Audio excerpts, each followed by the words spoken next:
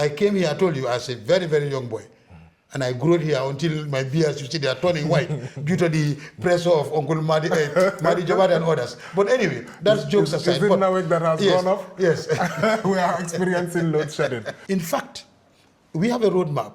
In the roadmap, we said at least, as of now, we should be able to have at least 50% produced from locally. Yes, and I think you were there when I was challenging the minister. He said that they have 50 megawatt above as of now. Yes. But they need 120.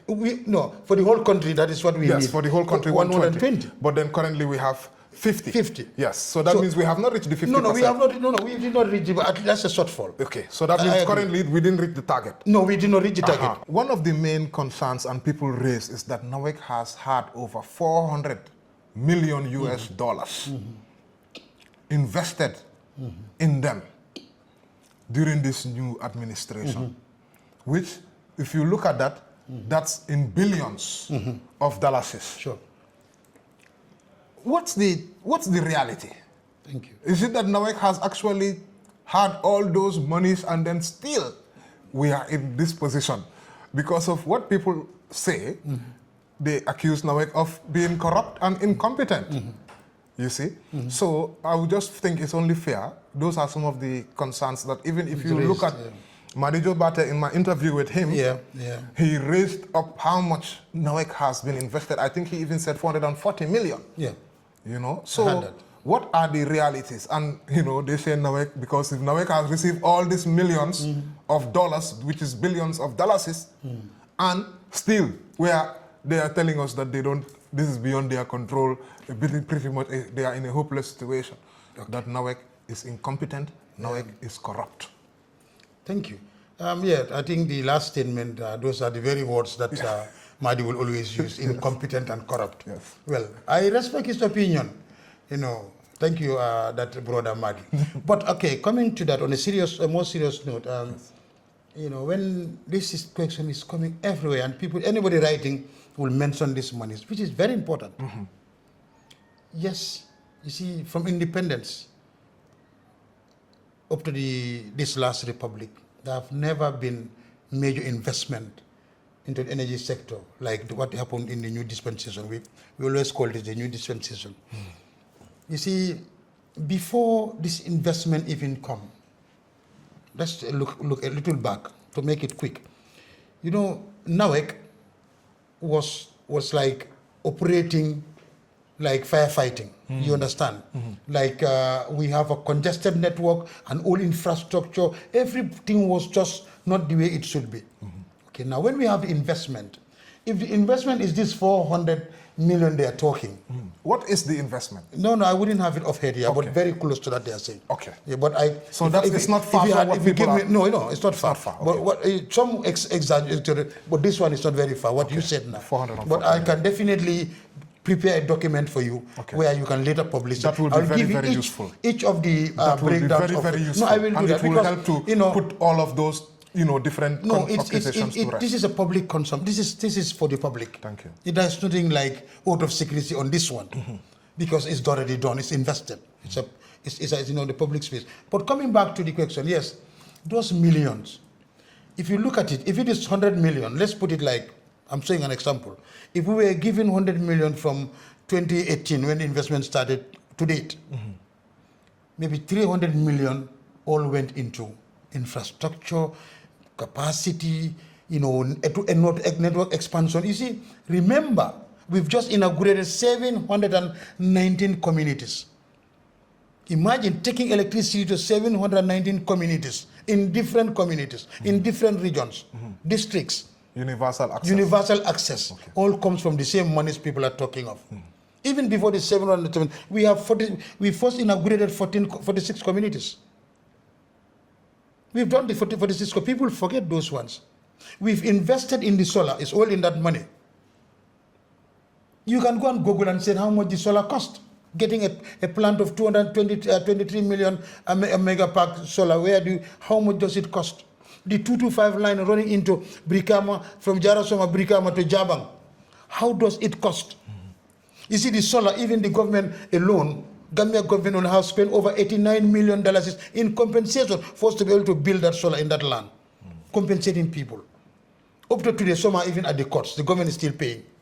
You see, one word that the president said, electricity business is not a cheap business. And it's not a business of buying commodity and selling commodity. It is beyond that. So those monies were invested in real time. You understand? You see, before you have most of our transformers exposed to danger. But today, go around, we have changed 52 transformers. We call them the package ones. They are now packaged for security reasons. Okay. You remember the Palmarima case, where a madman climbed on a transformer and get electrocuted and died. Why? All those things are changed today. Those investments were into that. I'm just trying to name, the ones I can have off head, because I cannot give you the specifics unless I go back to the books. Not have been done. And up to today, as we are talking, we are working to make sure that by 2026 December, wherever you are in this country, at least even if it is 1 hour, you can have electricity. The universal access is 2030. 1 hour in 24? No. You see, that's an example I'm telling you. Okay. I say, even if it is, which I don't think so. But I say, even if it is, I don't misquote me. Even it is, But what I'm saying, at least you will get electricity. Okay. You see, access to electricity, it's one thing. It's one fundamental right. It's not a privilege. It's a fundamental right. And then I remember sometime back, 21, 22 or so, the president pushed and said, if the universal access is 2030, why not we bring it back? Universally. But the Gambia have made a target. And you see this access to electricity, all the member countries of ECOWAS that are given that funds, Gambia is number 1. We are the only people that have met that target. 1, the environment. 2, the way the project was coordinated. 3 is also that we have very good Gambians that stood and said we have to work and finish. So this is and then congratulations to that team. I am not going to congratulate myself. Perhaps I was the one talking. But the men out there in the sun, we say congratulate to them. And that project, all those billions are saying, that project is run by a woman. The coordinator is a woman. For the first time, running such huge project and succeeding into that project. We give credit to where it is due. But yes, coming to the question, Flex, the amount of money they are calling, yes. The amount that went for generation. The one for generation. So the first part you talked about is universal access, connecting everybody. Connecting everybody, expanding the network. Yes. All those things has happened. Yes, and Gambia has been placed high up there. Yes. But then the problem now is that we are depending on outside, even though we are connected. Yeah. We are depending on outside for us to have our energy, which is, so it's like... I think this portion also is very important. Yes, I know where you want to learn. So generation now. Generation. Yes. Now, you see, in the generation sector, also we have about 2 to 3 new engines that were purchased. 2 the same. Now, G5 today that we said is running and giving a 10, it's part of that. What Silesia is part of it. The other one that is on maintenance or the G7, they are all there. So it's people saying, we didn't see that. What I'm saying is, and one thing that people, some of you there would not understand is, you see, if all the investment that is done in the generation, if all our plants are on today, I mean, all of the generators we run internally, we will not have what we need for the country. No. In fact, we have a roadmap. In the roadmap, we said at least, as of now, we should be able to have at least 50% produced from locally. Yes, and I think you were there when I was telling the minister. He said that they have 50 megawatt above as of now. Yes, but they need 120. For the whole country, that is what we need. Yes, for the whole country, 120. But then currently we have 50. Yes, so that means we have not reached the 50%. No, we have not. We did not reach it, but that's a shortfall. Okay, so that means currently we didn't reach the target. No, we did not reach the target. Okay. And then look at its work in progress. Okay. It's very important for this roadmap document to be seen. Because you see, people need to read some of these documents before making certain statements, because it helps. So that my grandfather, who is sitting in the village there, listens to Flex saying in the wall of language, will only listen to and believe you. And he will understand. But if you tell him the realities, then they understand. Definitely. Now, the fact is that is happening. But also, you see, You remember, maybe before you and I were born, OMVG was in place. Okay. And that those grandfathers that put OMVG, it key among the setup is part of this energy, at least to have energy within us. As Europe, as any other part of the world is doing it. And that's what is happening today. Today, with the incoming of this 2-2 line, we can easily source from Cote d'Ivoire. Look at Abidjan. Okay. But 20 years ago, you tell a Gambian that now we can run, have electricity from Cote d'Ivoire through Senegal to Gambia. They'll say you are mad. But today it's a possibility. Thanks to all these projects and thanks to all these monies that we are talking about. So people will ask, where are these monies? But this is where they went to. Okay. And then look, we were not running this project as NAWEC.